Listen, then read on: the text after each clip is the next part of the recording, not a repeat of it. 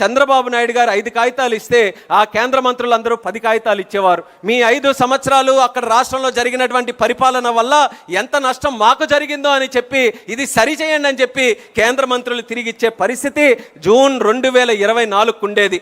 ఆ పరిస్థితి నుంచి దావోస్ 2026కి వెళితే అదే దావోస్లో ఆంధ్రప్రదేశ్ స్టాల్ పెడితే ఇండియా స్టాల్ కంటే ఆంధ్రప్రదేశ్ స్టాల్లో తాకిడి ఎక్కువ ఉంది. అందరికీ కూడా ఒక నమ్మకం క్రియేట్ అయ్యి మనం ఎక్కడైనా సరే అది కేవలం భారతదేశంలో ఉన్న రాష్ట్రాలతోనే కాంపిటీషన్ కాదు.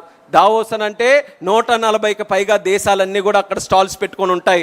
Saudi Arabia, UAE, England, America అందరి తాలూకా స్టాల్స్ ఉన్నా సరే పెద్ద పెద్ద ఇన్వెస్ట్మెంట్స్, గూగుల్ లాంటి investment, data centre investment, quantum లాంటి ఇన్వెస్ట్మెంట్, డిఫెన్స్లో, ఏరోస్పేస్లో, డ్రోన్స్లో ఏ సెక్టర్ చూసుకున్నా సరే ప్రతి ఒక్కరూ ఆంధ్రప్రదేశ్ని నమ్మి మన దగ్గర లక్షల కోట్ల ఉపాధి అవకాశాలు కల్పించే పెట్టుబడులు తీసుకొని వచ్చారనంటే దానికి కారణం చంద్రబాబు నాయుడు గారి మీద ఉన్న నమ్మకం, ఆయన పరిపాలన మీద ఉన్నటువంటి నమ్మకం.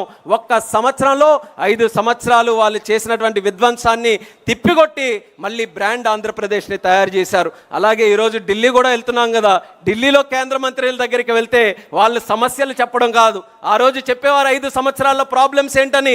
ఈరోజు ఏం చెప్తున్నారంటే మోదీ గారు దేశంలో కొత్త పథకం తీసుకొని వచ్చారు, కొత్త సంస్కరణ తీసుకొని వచ్చారు. సోలార్ ఎనర్జీలో కావచ్చు, ఇన్వెస్ట్మెంట్స్లో కావచ్చు, సెమీ కండక్టర్స్లో కావచ్చు, ఎయిర్పోర్ట్స్లో కావచ్చు, ఇలా ఏ సెక్టర్ తీసుకొని వచ్చినా అది ఇంప్లిమెంట్ చేయాలనంటే ఆ ఘనత చంద్రబాబు నాయుడు గారికే ఉందని ఈరోజు ఎవరు వెళ్ళినా సరే స్కీములు ఇచ్చి అయ్యా తొందరగా మీరే చేయండి, మీరు చేస్తే ఆదర్శంగా మిగతా రాష్ట్రాలు తీసుకెళ్తాయని ఈరోజు ఆ పరిస్థితిని కూడా మార్చి దావోస్ కానీ ఢిల్లీ కానీ ఆంధ్ర పరిపాలన తాలూకా విధానం చంద్రబాబు నాయుడు గారి ఆధ్వర్యంలో ఏ రకంగా బలంగా ముందుకు నడుస్తుందో మీరందరూ కూడా గమనించాలని తెలియజేస్తున్నాను. అందుకనే కార్యకర్తలు సుస్థిర పరిపాలన, నిరంతర పరిపాలన, stability in governance, continuity in government, ఈ 2 విషయాలు మనం ఒక జీవన విధానంగా టీడీపీ అనంటే 9 to 5 జాబ్ లాగా కాదు. టీడీపీ అనంటే ప్రజాసేవలో, ప్రజాక్షేత్రంలో, ప్రజల సంక్షేమం కోసం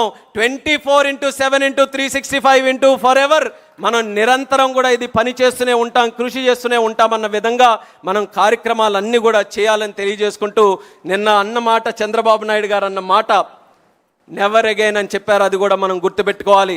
గొడ్డలి నెవర్ అగైన్, కూటమి అగైన్ అండ్ అగైన్ అన్న విధంగా ఏ ఎలక్షన్లు వచ్చినా సరే కూటమి ప్రభుత్వాన్ని మనం ఏదైతే భారతీయ జనతా పార్టీ, జనసేన, తెలుగుదేశం ముగ్గురు కలయికతో మన ఆంధ్రప్రదేశ్ రాష్ట్రానికి కేంద్రం, రాష్ట్రం ఒక కోఆపరేటివ్ ఫెడరలిజం స్పిరిట్తో మనం డెవలప్మెంట్ చేసుకుంటూ ముందుకు వెళ్తున్నామో అది ఎక్కడా కూడా ఎటువంటి అడ్డంకులు కానీ బ్రేక్స్ కూడా రాకుండా మనం కంటిన్యూస్గా దానికి ముందుకు నడిపించాలని మళ్ళీ తెలియజేసుకుంటూ ఈ యొక్క రాజకీయ తీర్మానం ప్రతి ఒక్కరికి కూడా ఒక జీవిత విధానంగా ప్రతి ఒక్కరు కూడా దీన్ని అలవాటు చేసుకొని ముందుకు నడవాలని తెలియజేస్తూ ఈ యొక్క కార్యక్రమంలో ఎంతో చక్కగా మనం స్క్రీన్లో కూడా చూస్తున్నాం.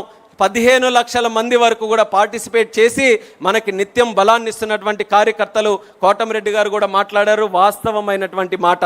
ఈరోజు కేంద్ర మంత్రిగా ఉన్నాను, చంద్రబాబు నాయుడు గారు ఆశీర్వదించి పంపించి ఈరోజు ఢిల్లీలో క్యాబినెట్లో, సెంటర్లో కోట్ వేసుకొని అక్కడ క్యాబినెట్లో కూర్చుంటే చాలా గొప్పగానే ఉంటుంది. కానీ పసుపు చొక్కా వేసుకొని మహానాడులో ఇక్కడ కృషి చేస్తే అంతకంటే గొప్పతనం ఏ తెలుగుదేశం పార్టీ కార్యకర్తకు కానీ నాయకుడికి దొరకదు. అది నాకు ఎప్పుడు కూడా లభిస్తూ ఉంటుందని మరొకసారి ఈ సందర్భంగా తెలియజేస్తూ మొట్టమొదటి ప్రాధాన్యత పార్టీకి, క్యాడర్కి మనం ఇచ్చి తరువాత మనం ఆ ప్రభుత్వానికి కూడా మనం సేవ చేస్తూ ముందుకు నడవాలని ఈ మహానాడు ద్వారా ప్రతి ఒక్కరికి కూడా తెలియజేసుకుంటూ చంద్రబాబు నాయుడు గారికి మరొక్కసారి నా హృదయపూర్వకమైనటువంటి అభినందనలు.